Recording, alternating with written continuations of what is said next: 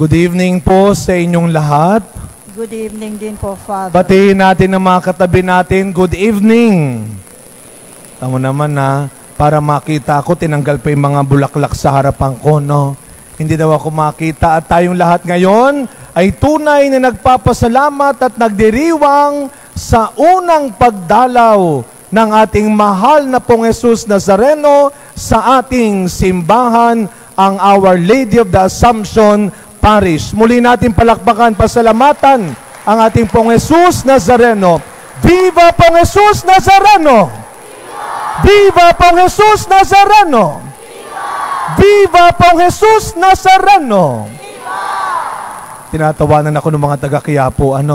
Nandito kasi bisita natin ang ilang sa mga lingkod ng Quiapo. I-welcome din natin sila, palakpakan natin ang mga taga-Quiapo Church. Nagpapasalamat tayo ngayon pa lamang kay Father June Siscon, ang Rector at Parish Priest ng Simbahan ng Quiapo, sa kanyang kabutihang loob din na mabigyan tayo ng pagkakataon kahit na medyo maiksing panahon lamang ang ating pong pagpapaalam nang tayo naman ay madalaw din. Kasi nung tinatanong ko, ang una po talagang nakausap ko ay ang mga taga-Bangko Sentral. Sabi ko, nakapunta na ba dito yung Nazareno? Hindi pa nga po, Father. Kaya sabi ko, sige, gusto niyo bang pumunta? Dumalaw dito? Sige po, Father. Tapos tinanong ko dito, nakapunta na ba dito sa Assumption? Hindi pa po, Father. Abay, mauuna pa ang Bangko Sentral. Mauunahan pa, pero wag kayong mag-alala.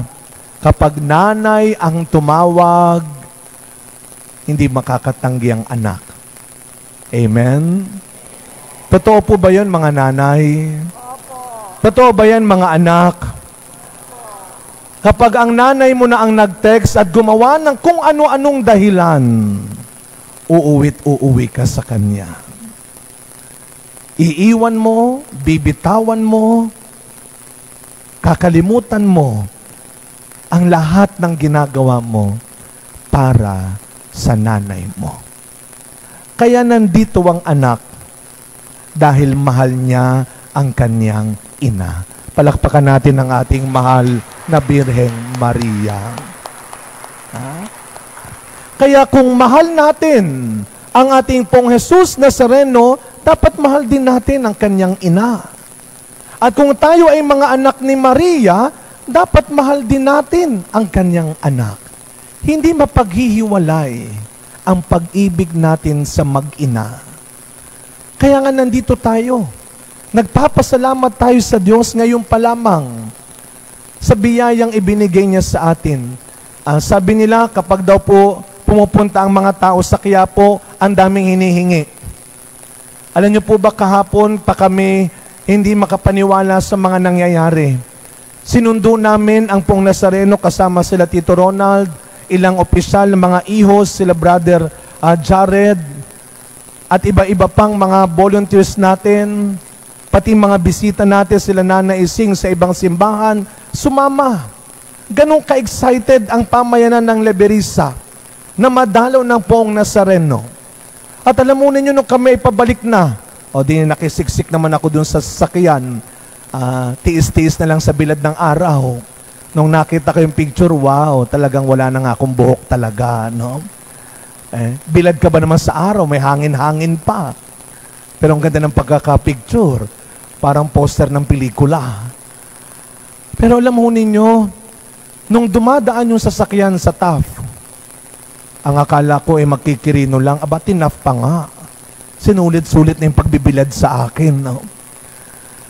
Pero alam mo ninyo, hindi matatawaran yung madaanan namin, yung mga kapatid, mga kadeboto natin, yung mga vendors, na binibitawan, iniiwan nila yung tinda nila, lalapit, at ibabato yung kanilang panyo, ibibigay yung kanilang panyo. Kinuwento ko kahapon yung isa, muntik pa ako masapul sa mukha. Masaklap, hindi panyo ang binato, sombrero. Pero makikita niyo yung pananampalataya nila. Ito lagi kong kinukwento. Nung ako po lalo ay nasa Quiapo pa, talagang araw-araw nagmimisa, lalo na pag Biyernes. Makikita ho talaga puno ang simbahan. Nakatayo, no? Nakakatuwa, kausap ko si Father Joel, ang ating Vicar Foreign, sabi niya, wow, puno ulit ang simbahan. Ang dami ulit. Ganyan kamakapangyarihan ang biyaya ng Pong Jesus Nazareno. Hindi naman si Father Hans, hindi naman ho kung sinong pare. Ang nagdala sa inyo dito, ang Pong Jesus Nazareno. Dahil hinahanap niya tayo. Hinahanap niya tayo. At kung meron mang masaya ngayon, siya yun. Dahil natagpuan kanya. Dahil nakita kanya sa tahanan ng kanyang ina. Alam mo ninyo, pa nagmimisa kami sa Quiapo, punong-puno Ito lagi ko kinukwento, kaming mga pari, kinuwento ko na to kahapon, kaming mga pari, pa nagmimisa ho kami, lagi kami nakatingin sa inyo, at kabisado na ho namin kayo. Alam nyo po ba yun? Kabisado namin, tinitignan ho namin kayo. Lalong-lalo na po yung mga parang nabili na yung titulo ng upuan, yung parang sila lang ang lagi nakaupo doon, wala po akong pinaparinggan. Talagang doon sila lagi nakaupo. So kami ngayong mga pare, pag nagkulang kayo, pag wala ka, maniwala ho kayo, hinahanap-hanap po namin kayo. Hinahanap-hanap po namin kayo. Kaya sana ho, wag ho niyong katatamaran ang magsimba. Hindi ho dahil sa amin.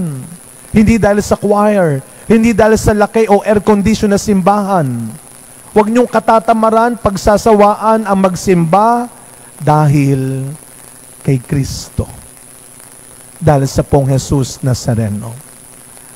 Kaya tinatanong ko yung mga nagsisimba sa Quiapo, punta ka ng punta dito, lagi ka naman nakatayo. Nakuha mo na ba? Binigay na ba ng Nazareno? Hindi pa nga po, Father Balik ka ng balik dito, ang layo-layo pa ng inuuwian mo, lagi ka nasa likuran. Nakuha mo na ba sa Pong Nazareno? Hindi pa nga po, Father At alam niyo mga kapatid, yun ang pananampalataya ng isang deboto ng Pong Jesus Nazareno. Kahit wala pa at hindi pa naniniwala ka. Amen? Lahat ng naniniwala na sa 3 araw na ito ng pagdalaw ng Pong Nazareno sa ating simbahan, tatanggap siya ng himala at biyaya, pumalakpak ng malakas.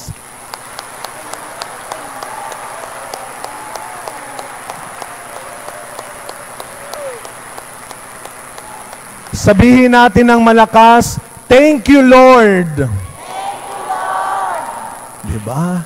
Yan daw ang sabi ng mga charismatic, i-claim mo na magaling ka na pinatawad ka na pinagpala ka na iniligtas ka na. Sabi sa unang pagbasa, noon, kapag tumingin sa krus na tanso, ang mga may sakit ay gumagaling. Pero namamatay pa rin. Ganyan yung mga bagay sa mundo na akala mo yun na ang magpapayaman sa'yo, yun na ang magpapaligaya sa'yo, nagkakamali ka. Tandaan ninyo, nandito tayo sa mundo, pero hindi tayo para sa mundo. Isang araw, malungkot ko man pong gustong sabihin sa inyo, bago po magsimula ang misa, isang kaibigan, kapatid naming pari mula sa Paranaque ang pumanaw. Habang siya ho ay nagkakasal kanina, siya po ay nag-collapse. 20 beses mahigit sinubukan siyang i-revive. Please pray for the soul of Father Jeff Manlapig. He is so young. Napakabata ho. Kaya alam nyo, ang buhay, hindi natin masasabi kung gaano katagal, kaikli. Kaya yung magsimba tayo ngayon ng ganito, huwag niyong pagsisisihan ito. Kaya kung may pagkakataon ka pang magsimba, maglingkod sa simbahan, tumulong sa kapwa, huwag mo nang pagsisisihan. Huwag mo nang pagdadalawang isip pa. At hindi natin masasabi kung lagi may bukas pa at mamaya na. Ang buhay hindi patagalan. Ang buhay pabutihan. Kaya anumang mabuti, tama at magandang magagawa mo, gawin mo na ngayon. Dahil pag natapos tayo sa mundong ito, wala nang balikan. Wala nang huling pagsisisi pa. Kaya, huwag tayo masyadong nagpapakasasa, nagpapakasira sa mga bagay na iiwan din natin sa mundong ito.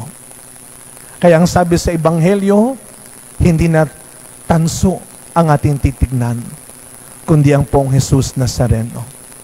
Sino man ang maniwala, maglingkod at sumunod sa Kanya ay magkakaroon ng buhay na walang hanggan.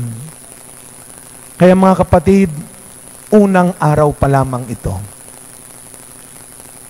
pagmasdan ninyo ang mukha ng Poong Jesus Nazareno. Mamaya ho, lalo na pagkatapos ng misa, magkakaroon tayo ng pahalik.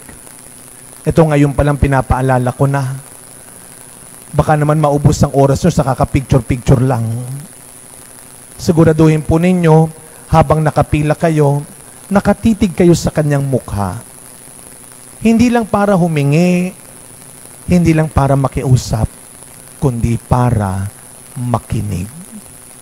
Sa 3 araw na ito, ng pagdalaw ng anak sa kanyang ina, pakinggan natin silang dalawa.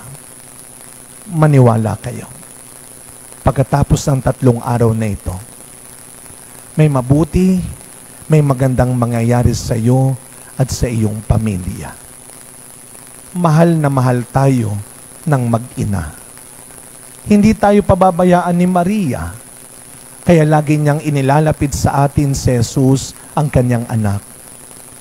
Lagi tayong tatawagin ni Maria, lalo na kapag nagsasawa na, tinatamad na, at natatakot na tayong magmahal muli, magpatawad, at maglingkod. Mahal tayo ng anak, kaya ibinigay niya ang kanyang ina. At sa tuwing tayo ay makakalimot na mahalin ang isa't isa, laging ipapaalala ng anak na mahalaga ang pagmamahal ng kanyang ina. Sa pagpapatuloy ng ating misa, mga kapatid, bilang isang pamilya dito sa Leberisa, huwag natin palampasin ang 3 araw na ito nang hindi tayo nakikinig. Mahal natin ang anak, mahal natin ang ina. Ang taong umiibig, marunong makinig. Amen.